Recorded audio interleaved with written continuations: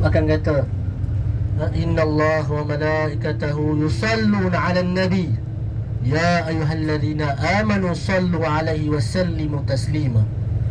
Sesungguhnya Allah dan para malaikat berselawat kepada Nabi.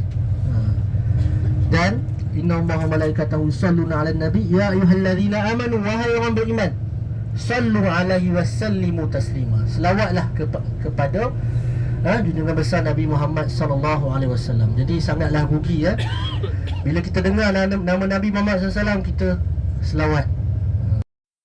Selawat apa nama, Allahumma sholli salatan kamilatan wa sallim salaman taman. Dan selawat yang paling sempurna, yang paling baik adalah selawat yang kita selawat ketika mana kita tasyahud akhir. Dipanggil selawat Ibrahimiyah. Jadi kita target dekat sini kita contoh paling kurang kata ustaz, saya nak selawat 500 hari ni. Okey, malah tahu, ataupun ustaz paling banyak sangat 100. Jadi ataupun pagi petang 100 pagi 100 petang. Baik. Slipper ke apa sebelah kanan dulu, menanggalkannya sebelah biar kanan last. Kalau kita tanggalkan kanan last. Kalau masuk tandas, kita baca tu awal lah, baca doanya kan. Allahumma inni a'udzubika minal khubuthi wal khaba'is. Kemudian kita masuk dengan sebelah kiri. Kalau masuk tandas, sifat pemikiran Nabi lah kan. Nabi bukan seorang yang mementingkan diri sendiri. Kalau ikutkan Nabi dapat wahyu, diam lah tu kan. Buat apa nak payah-payah nak pergi tempuh Arab Jahiliyah ni? Mereka dah semua degil-degil kan. Tapi Nabi pergi. Setiap hari Nabi akan keluar ke pelusuk kampung-kampung ni. Jadi kemungkinan tempat yang kita pijak ni pernah dipijak oleh baginda Nabi SAW. Jadi beruntung maksudnya, kata ulama', kalaulah kita cat kaki Nabi ni, tapak kaki Nabi ni, sudah tentu seluruh Madinah ni pernah dijejaki oleh Nabi untuk berdakwah. Bukan macam kita kan, macam saya dah kan. Berdakwah ni cukup malas. Sebab dakwah ni kita nak cakap perkara yang hak. Kalau cakap perkara yang lawak-lawak apa semua ni orang suka. Tapi dakwah ni kita cakap benda yang orang suka ke orang tak suka, kita cakap juga. Sebab dia adalah perkara yang perlu kita tegakkan. Jadi zaman Nabi SAW, penduduk Mekah, Arab Jahiliyah tak suka kalau sebut tentang Allah kan. La ilaha illallah tu cukup tak gemar kan. Katakanlah tiada Tuhan yang layak disembah melainkan Allah sahaja, tak boleh. Cakap benda tu memang mengamuk. Sebab apa? Mereka menyembah berapa ratus bahala kan. Dikatakan dekat sekeliling Kaabah ni ada 360 bahala kan. Setiap bahala ni ada fungsi pula. Ada nama pun beza, Lata, Uzza lah, macam lah kan. Nak anak minta bahala ni, nak hujan minta bahala ni. Macam kita tengok orang Hindu sekarang lah kan. Jadi itu yang ada pada Arab Jahiliyah. Okey, adalah Masjid Quba ni sebelah kiri kita ni. Kita akan berhenti, kita akan solat dekat Masjid Quba. Okey.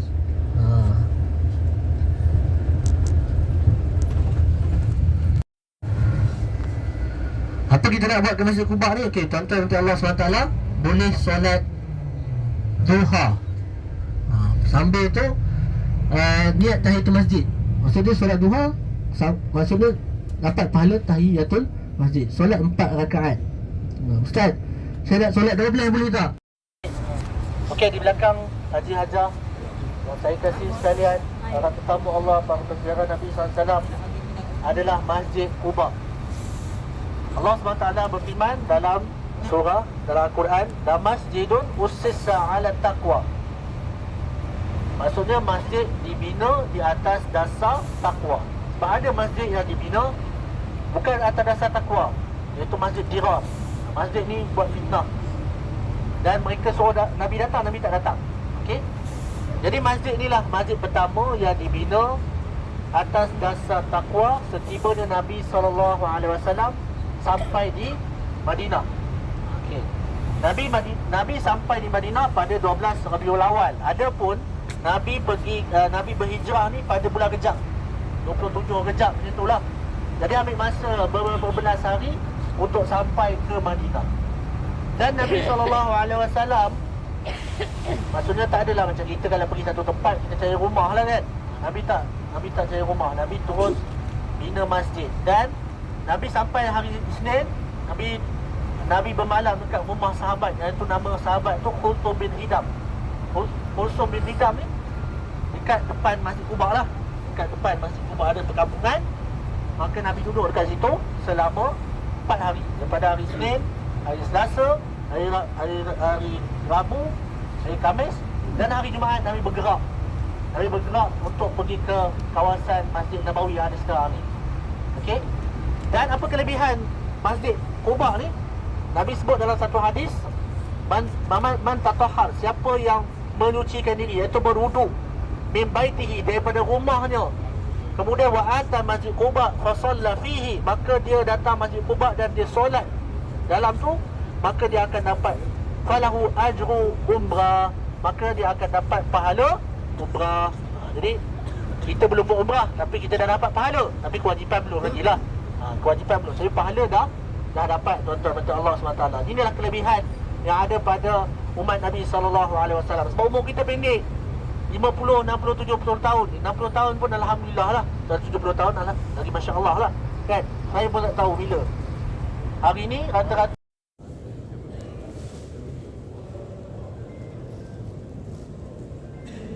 di dalam Masjid Quba.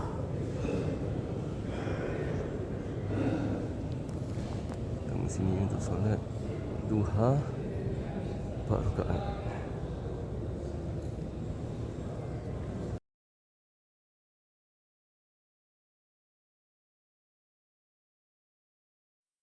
Jadi kita akan pergi ke ladang kurma.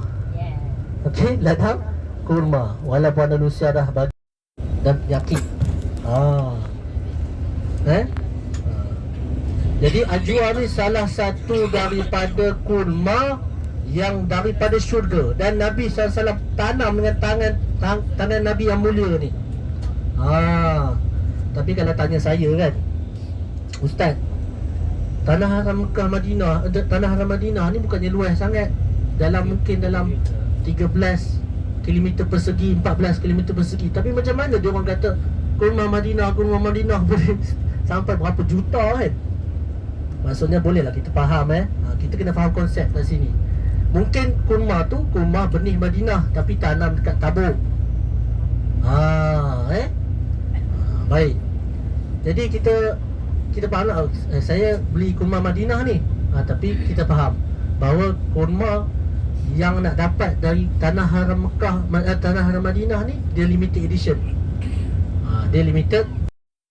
Kurma ajwa tanah tinggi. Okey, jadi saya bagi tahu rate kurma, harga dia berapa? Daripada harga 30 riyal sampai ke 180. Apa beza dia? Beza dia satulah, kalau dia kata kurma Madinah tapi tanam dekat tempat lain kan, Anbar ke tanam dekat Khaybar ke, tapi sebenarnya Madinah ni luas. Okey, tak ada masalah, dia bukan menipu pun, betul dia tanam dekat Madinah. Tapi nak dapat yang Tanah Haram Madinah tu, orang kata limited edition lah.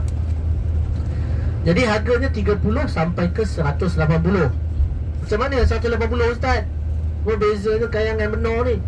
180 ni, satu dia aliyah dan dia besar. Dipanggil jumbo saiz jumbo, besar. Saiz dia, ikut saiz. Dia ada.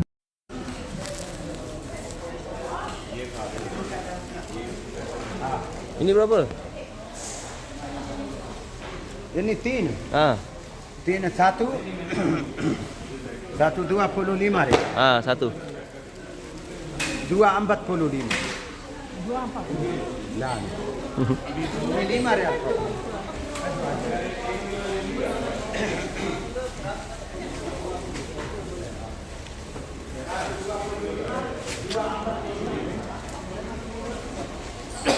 Ladang kurma.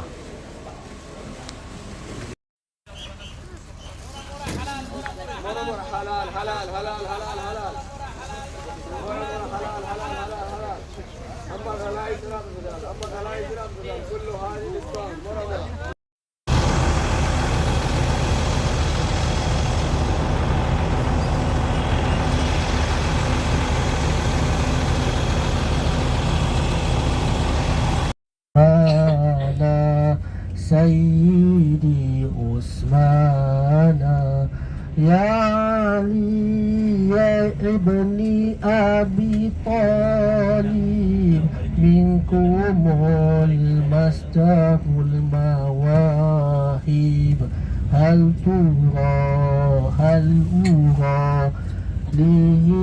لهجاب السيد الحسن والحسين إلى النبي القرات العين يا شباب الجنتين جدكم صاحب القرآن والصلاة لله تعالى على من كلم الغزال والآل أصحاب الكمال والأصحاب من علوا شانا.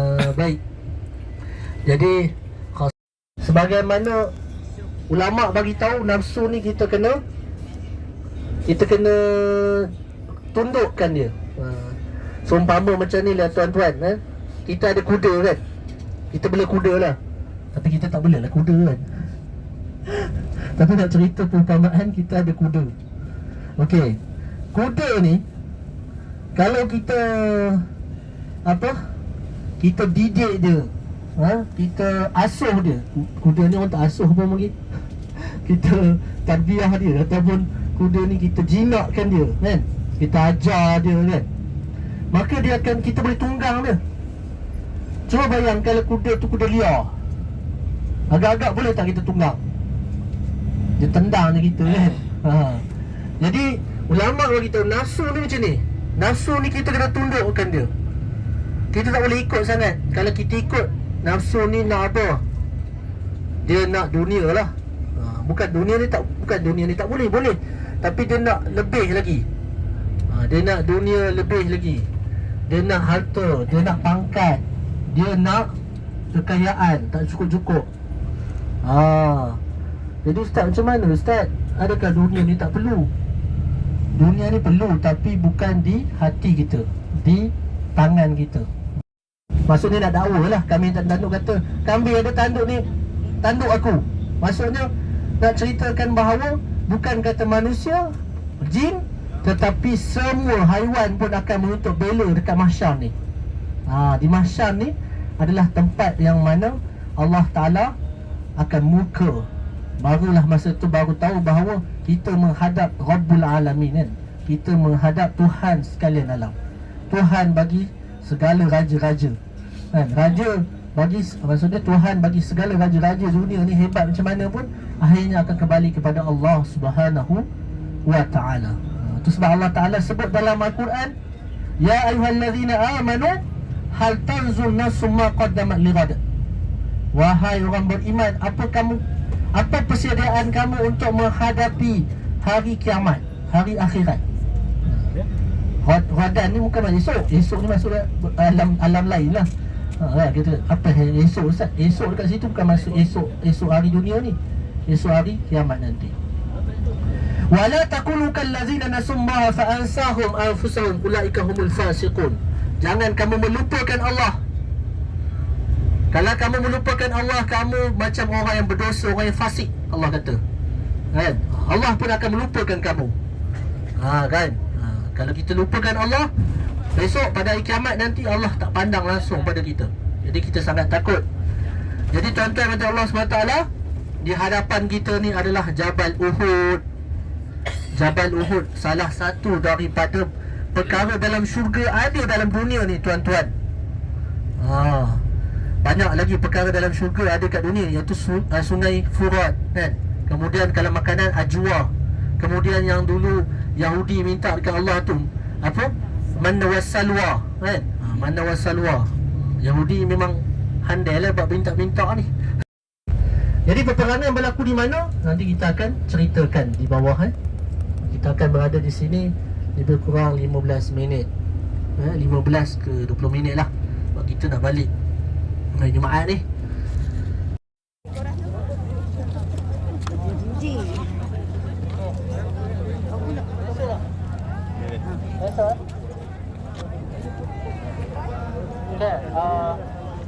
Assalamualaikum warahmatullahi wabarakatuh.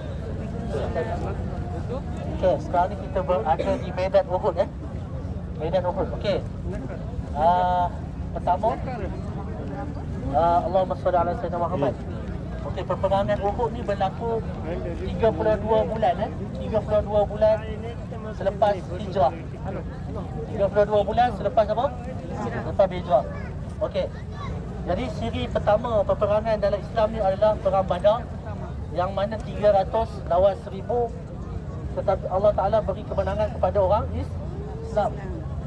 Jadi tuan-tuan macam Allah SWT, sekarang ni kita boleh bayangkan, okey, tentera musuh ni semua di depan, bukan, maksudnya orang Islam menguasai ni namanya Jabal Rumah. Jabal Rumah. Jadi kita menguasai bukit-bukit Jabal Rumah ni zaman dulu lagi tinggi lah. Okey, jadi kawasan sekitar sini sampai ke Jabal Rumah ni dikuasai oleh orang Islam. Okey, musuh datang daripada mana? Musuh datang daripada depan. Dari sana lah. Okey, daripada sana. Okey, jadi bila kita dah kuasai kawasan ni, kawasan berbukit ni, maka musuh mana boleh datang daripada belakang, betul tak? Belakang lah bukit, Gunung Ganang kan. Jadi kita dah berjaya lah kat situ strategi. Jadi tuan-tuan macam Allah SWT, jadi orang musyrik Mekah ni membuat-buat perasaan dia sangat nak balas dendam. Sebab apa? Mereka kalah banyak. Orang punya pembesar, pemuka Quraisy ni telah syahid, telah meninggal, telah mati ketika mana perang Badar. Jadi mereka nak balas dendam. Perasaan balas dendam ni sangat hebat, membuat-buat. Jadi perkara itu telah sampai ke Rasulullah SAW. Apabila telah sampai kepada Rasulullah SAW, Rasulullah telah buat mesyuarat bersama dengan sahabat. Jadi ada dua lah golongan orang muda sahabat kata, ya Rasulullah, kita kena pertahankan Madinah daripada luar, daripada luar kawasan Madinah, daripada luar rumah kita. Tetapi ada munafik, iaitu Abdullah bin Ubay bin Salul. Jangan bagi nama anak Abdullah bin Ubay bin Salul, adalah ketua para munafikin. Dia kata, Rasulullah, kita bertahan daripada tempat kita je, daripada rumah kita, daripada Madinah saja. Nanti kalau musuh datang, kita lawan lah. Sebab apa? Orang munafik ni dia ada sikap, dia takut nak syahid, dia takut untuk berperang lah. Dia takut, dia ada perasaan tu, dia takut mati kan. Maka bila Nabi SAW buat keputusan, Nabi kata okey, Nabi ambil daripada dua pendapat tadi, Nabi terus sarung baju besi. Bila Nabi sarung baju besi, maka sahabat yang mencadangkan untuk pertahankan daripada luar Madinah, dia rasa bersalah. Adakah pendapat kami ni menyebabkan Rasulullah terdesak ke apa kan?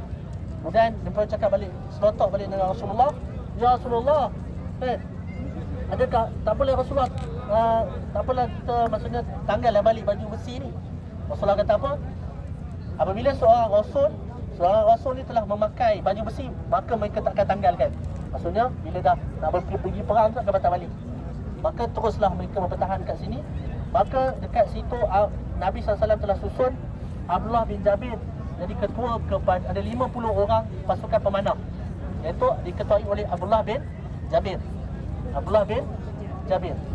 Kemudian ada satu pedang yang besar. Nabi kata, siapa nak ambil pedang ni? Maka Abu Dujana telah menawarkan diri, ya Rasulullah, saya nak. Jadi Abu Dujana telah menjadi perisai kepada Rasulullah SAW. Kemudian ada Samrah, ada budak kecil yang ya Rasulullah, dia masa tu tak cukup umur lah, dalam 13, 14 macam tu. Ada dua orang, seorang saya tak ingat nama, seorang lagi Samrah. Okey, Samrah ni kata, ya Rasulullah, kami nak pergi perang ni. Rasulullah kata, jangan, kamu budak, tak boleh. Rasulullah kata, pasal seorang lagi dia macam belut, dia kata lah, Rasulullah, dia ni pandai apa, memanah kan. Maka Nabi SAW benarkan dua orang anak kecil ni, bukan anak kecil lah, kira umur 14, umur 15 remaja kan, untuk pergi berperang, mempertahankan Islam, iaitu dalam perang Uhud. Baik. Jadi nak ceritakan bahawa apabila berlaku peperangan ni, maka kemenangan tu dah ada pada orang Islam dah. Jadi bila kemenangan ada pada orang Islam, pasukan yang berada di atas Bukit Pemanah ni telah turun. Turunlah, kita dah menang kan. Perang dah tamat. Orang musyrikin masa tu lari dah. Dia takut, semua takut, lari. Maka bila turun daripada Bukit Pemanah ni, tinggallah Abdullah bin Jabir. Abdullah bin Jabir kata, kenapa kau semua turun ni? Kan? Rasulullah kata, jangan turun lagi. Maksudnya, habis ke tak habis ke jangan turun. Tapi mereka sangka, kata, kita dah menang dah. Kita pun turun, ambil harta rampasan sebagainya. Maka Khalid Al-Walid pada waktu itu belum Islam lagi. Khalid Al-Walid ni kata sebahagian ulama lah, katanya sangat gagah panglima yang sangat gagah. Kalau ada Khalid Al-Walid ni memang kata Khalid Al-Walid ni panglima yang hebat kan. Tapi masa tu dia adalah musyrikin. Maka Khalid tengok, bukit ni dah kosong lah kan. Dia datang daripada situ, dia pergi ke belakang, situ kuasai bukit. Bila kuasai bukit habis, puncak kancil jadinya. Antara yang syahid adalah bapa saudara Nabi Hamzah bin Abdul Muttalib. Hamzah bin Abdul Muttalib. Jadi pengajaran daripada perang ni adalah, yang pertama, apabila ketua lah Rasulullah SAW menetapkan sesuatu, maka ikut kan. Ustaz kata kumpul kat sini, kumpul kepada ahli syuhada Uhud. Assalamualaikum. Assalamualaikum Ya syuhada Uhud. wa syuhada Uhud. Allahumma Adzihim anil Islam wa wa ahlahu ahlahu afdalal jaza wa arfa darajatihim darajatihi wa aqim maqamahum bifadlika wa karamika ya akramal akramin. Assalamualaikum ya syuhada Uhud. Assalamualaikum ya syuhada Uhud. Berilah mereka semua balasan pahala kerana Islam dan para pemeluknya dengan balasan pahala dengan balasan pahala yang paling utama, paling tinggi, ya Allah. Dengan balasan pahala paling tinggi, ya Allah. Dan tinggikanlah darajat mereka dan muliakanlah kedudukan mereka dengan keagunganmu dan kemurahanmu. Wahai Tuhan yang Maha Pemurah. Assalamu alayka ya amman nabiyyi. Assalamu alayka ya amman nabiyyi. Sayyidina Hamzah bin Abdul Muttalib. Assalamu alayka ya asadallah. Assalamu alayka ya asadallah wa asada Rasulillah. Assalamu alayka ya sayyida syuhada. Assalamu alayka ya syahida syuhada. Assalamu alayka ya Mus'ab. Assalamu alayka ya Mus'ad bin Umayr. Ya qa'id al-mukhtar. Ya man isbata qadamih. Ya ismat al-qadami ala al-rimahi hatta atahu al-yaqin. Assalamu alaikum. Wahai Sayyidina Hamzah bin Abdul Muttalib. Mudah-mudahan salam dan sejahtera atasmu wahai singa Allah dan singa Rasulullah. Mudah-mudahan salam dan sejahtera atasmu wahai penghulu syuhada. Mudah-mudahan salam dan sejahtera atasmu wahai Mus'ab bin Umair. Wahai pahlawan pilihan. Wahai orang yang meneguhkan kedua kakinya di atas bukit Rumah sampai ia gugur syahid. Sallallahu alaihi wasallam Muhammad wa ala alihi wa sahbihi wa barik wasallam. Sallallahu alaihi wasallam.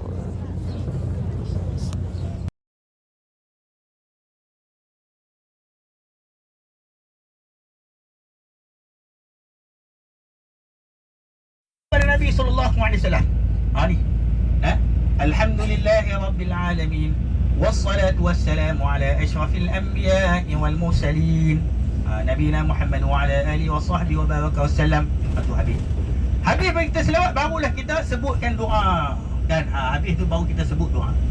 Dan yang ni kadang-kadang kita lupa. Yang ketiga, kita tutup doa itu dengan selawat kepada Nabi sallallahu alaihi wasallam. Itu kadang-kadang kita lupa. Contoh, habis kita berdoa, doa pada anak kita, doa pada pasangan kita, doa pada mak ayah kita, dan doa pada guru-guru kita, Dan kalau boleh kita sebut nama orang tersebut.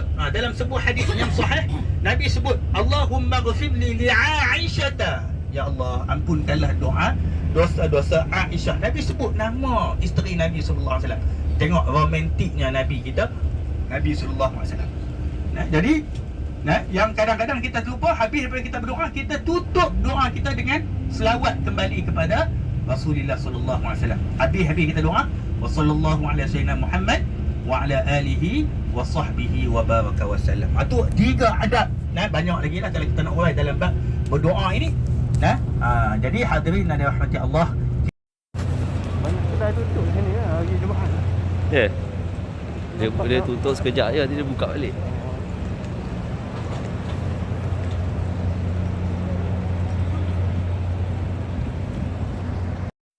Nak minta apa kau? Nak minta apa dengan Allah? Ada lah sikit-sikit.